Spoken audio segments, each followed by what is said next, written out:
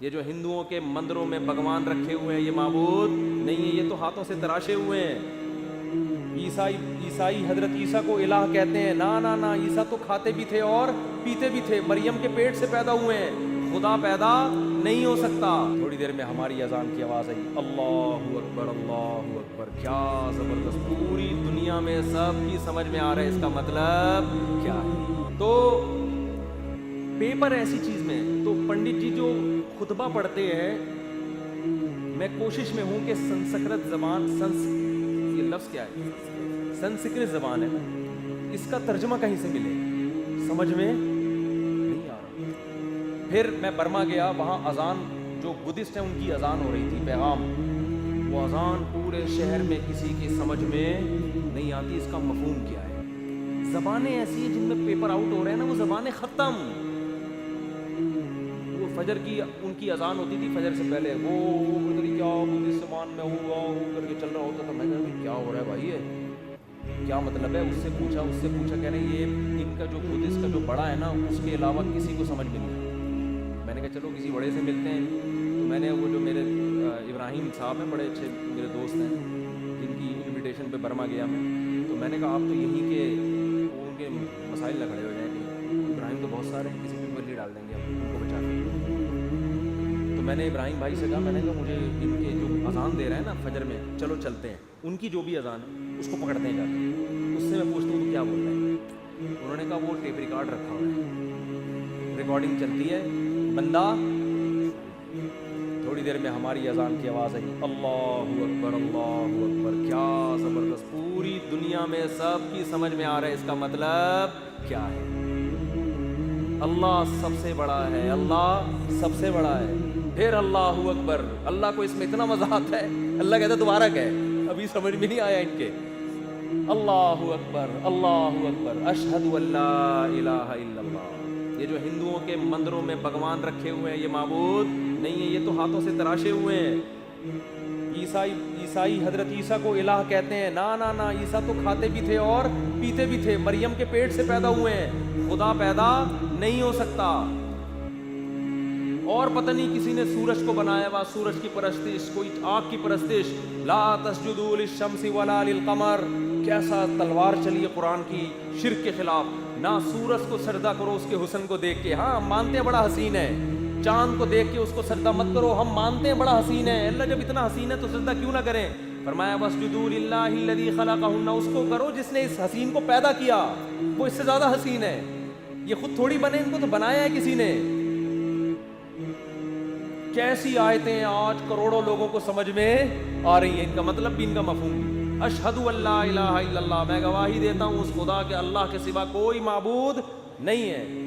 اشہد ان محمد رسول اللہ، میں گواہی دیتا ہوں کہ محمد خدا نہیں ہے، اس کے بھیجے ہوئے پیغمبر ہیں، اس کے سفیر ہیں، میں گواہی دیتا ہوں۔ اور یہ اذان آج خود گواہی دے رہی ہے کہ واقعی وہ سچے پیغمبر تھے، کہ جو دعوت دے کر گئے ہیں 1400 سال کے بعد بھی ایک حرف کی تبدیلی کے بغیر وہ اناؤنسمنٹ اسی طرح ہو رہی ہے جس طرح بلال حبشی کو نبی صلی اللہ علیہ وسلم نے اذان سکھائی تھی، بالکل A to Z اسی طرح اذان دی جا رہی ہے۔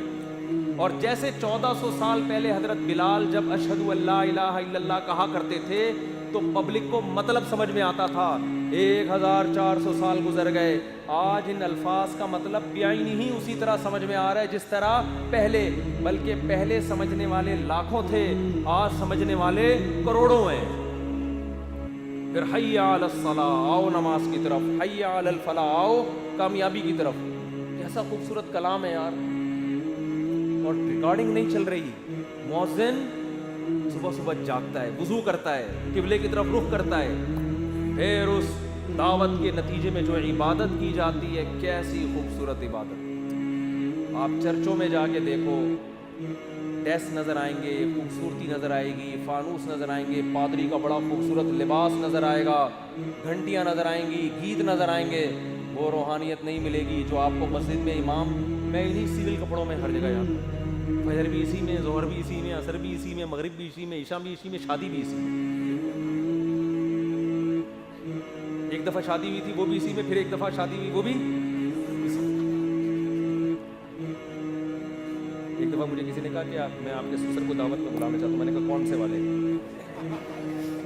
وہ ہمارے ریلیٹیو نے کہا یار تمہارے ساتھ یہ مسئلہ نہیں ختم. کون سے والے یار؟ کہیں کسی کو بھی لے آؤ. تو یہ تو ایسی درمیان میں آ گئی تھی. اصل موضوع یہ نہیں ہے. تو ان کے لباس دیکھو, ہمارے مذہبی رہنماؤں کے لباس وہی ہیں جو عوام کے لباس. کوئی الگ سے لباس, بھائی یہ پگڑی تو تبلیغ والے بھی پہنتے ہیں نا, یہ بھی پہنتے ہیں. یہ کرتے شلوار تو ہمارے یہاں کلی والا, یہ تو کلی والا کرتا میں نے لوگوں سے ہی سیکھا ہے. پھر علماء کو دیکھا سب پہنتے ہیں تو اور محبت پیدا ہو گئی. تو وہی سادہ وہی سب کچھ. مسجد میں آؤ, مصلی پہ امام کھڑا ہو جائے گا, پیچھے لوگ, کوئی گیت نہیں, کوئی میوزک نہیں, مسجد میں کوئی تصویریں نہیں ہوتی. باوضو ہو کے مسواک کر کے صبح صبح, کیسا نورانیت کا ٹائم ہے. امام کیا کہتے ہیں؟ اللہ اکبر. یہ زبان سمجھ میں آتی ہے لوگوں کو کہ نہیں آتی؟ کروڑوں لوگوں کو سمجھ میں آیا کہ امام نے کیا الفاظ کہے ہیں. پھر الحمدللہ رب العالمین. حرم کی تراویح سنو, تمام تعریفیں اس اللہ کے لیے جو تمام جہانوں کا پالنے والا. 5 لاکھ کا مجمع پیچھے شیخ سدیس کے پیچھے ہاتھ باندھ کے کھڑا ہوا ہوتا ہے. 5 لاکھ تو یہ ہیں, اور 5 کروڑ اپنے اپنے گھروں میں ٹی وی میں دیکھ رہے ہیں. ان کو بھی سمجھ میں آ رہا ہے کیا کہہ رہے ہیں. زندہ زبان. تو یہ ایسا پیپر ہے جس کا ایک ایک لفظ سمجھ میں آ رہا ہے. اگر آپ کو نہیں آ رہا تو آپ سینکڑوں لوگوں سے پوچھ سکتے ہو, میچ کر سکتے ہو. سمجھ میں آ رہی ہے بات؟ تو یہ پیپر ہے جو اناؤنس ہوا ہے. اس کے علاوہ جو پیپر اناؤنس ہوئے ہیں آخرت میں تیاری کے لیے, ان کی زبانیں ایسی ہیں کہ پنڈت جی سے پوچھتے ہوئے ڈر لگ رہا ہوتا ہے کہ تھپڑ نہ مار دیں گے, کیا پوچھ رہے ہیں مجھ سے. تو پنڈت جی تو خطبہ پڑھ رہے تھے نا بڑے سے بڑے, تو مجھے نہیں سمجھ میں آتا بھائی تم کیا کر رہے ہو, ان کو پیسے کم دے رہے ہیں تمہیں, اس پہ غصہ دلا رہے ہو یار, پوری فیس دینا بھائی. وہ پہ میں لطیفہ سنا رہا تھا ایک چٹکلا. ایک گاؤں دیہات میں نا لوگوں کو قرآن بالکل نہیں آتا تھا, بالکل فارغ تھے. گاؤں دیہات والوں کے جہاں تعلیم نہیں بھی ہے نا, تو وہاں شوق بہت ہوتا ہے ان کو, کوئی بھی عربی سکھا دے, قرآن پڑھ لے, تراویح پڑھا دے. تراویحوں میں گاؤں دیہات میں امام کو بڑے دودھ جلیبی کھانے کو دی جاتی ہے. تو اب ایک لالچی آدمی پہنچ گیا, اس کو قرآن آتا نہیں تھا. اس نے کہا ان کو کون سا آتا ہے, تو تراویح پڑھا لو, پیسے ویسے مل جائیں گے, کھانا پینا اچھا ہو جائے گا. تو وہ کھڑا ہو گیا اور اس نے عربی کی گردانیں یاد کی ہوئی تھی کچھ. ضرب یضرب ضربن, عربی گرامر کی نا کچھ گردانیں یاد. نماز میں شروع کر دی, ضرب ضرب ضرب ضرب ضرب ضرب ضرب ضرب تما ضرب ضرب ضرب تما ضرب ضرب ضربنا یضرب یضربان یضربون تضرب تضربان یضربون تضرب تضربان تضربون تضربین تضربان تضربان. یہ میں گردانیں سنا رہا ہوں. ضرب ضرب ضرب یضرب ضربا فوزارب وضرب یضرب ضربا فذاك مضرب لم یضرب لم یضرب لا یضرب. ہم نے رٹا لگا کے یاد کی تھی, لا یضرب لا یضرب لن یضرب لن یضرب الامر یضرب تضرب یضرب یضرب والنهي عنه لا تضرب لا تضرب لا يضرب لا يضرب. الظرف من مضرب مضربان مضربين مضارب مضرب والآلة منه مضربة مضربتان مضربتين مضارب مضربة. یہ اس آلہ وسطی کی ہے. پھر اس میں تفضیل اضرب و اضربان اضرب اضرب اضربین اضارب مضرب, مؤنث کی ضربہ ضربیان ضربین ضربیات ضرب ضریبہ, اور فعل تعجب کی ما ضربہ اضرب بھی وضربہ. یہ جو گردانیں ہیں نا ان کا میں نے 1% سنا ہے آپ کو. اگر میں شروع ہو جاؤں نا 3 گھنٹے میں گردانیں ختم ہوں گی. جو مدرسوں میں محنت کرائی جاتی ہے طلبہ کو عربی گرامر کے لیے, ایسے رٹے لگوائے جاتے ہیں, تو یہ 1% سنائی ہوگی, بھی 99% باقی ہے. تو اس نے کیا کیا, گردانیں پڑھنا, ضرب ضرب ضرب ضرب ضرب. پیچھے پبلک تو یار بڑا پکا یار, قرآن پڑھا پکا یار.